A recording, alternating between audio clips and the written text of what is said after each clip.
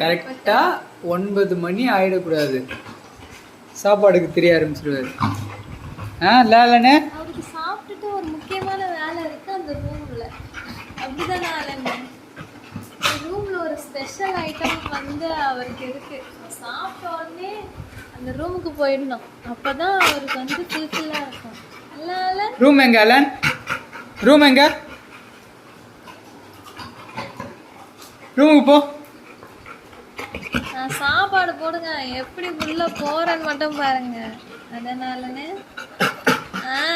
கரெக்டா துப்பிட்டு பேசுறான். இல்ல இன்னைக்கு ஒரு நாள் 9:30க்கு சாப்பிடலாம். ஏன் வயிறு கெட்டு போயிடுமா? டாக்டர் பால் வந்து உங்களை கொலைக்க சொன்னாரு. வேணும்டி எனக்கு.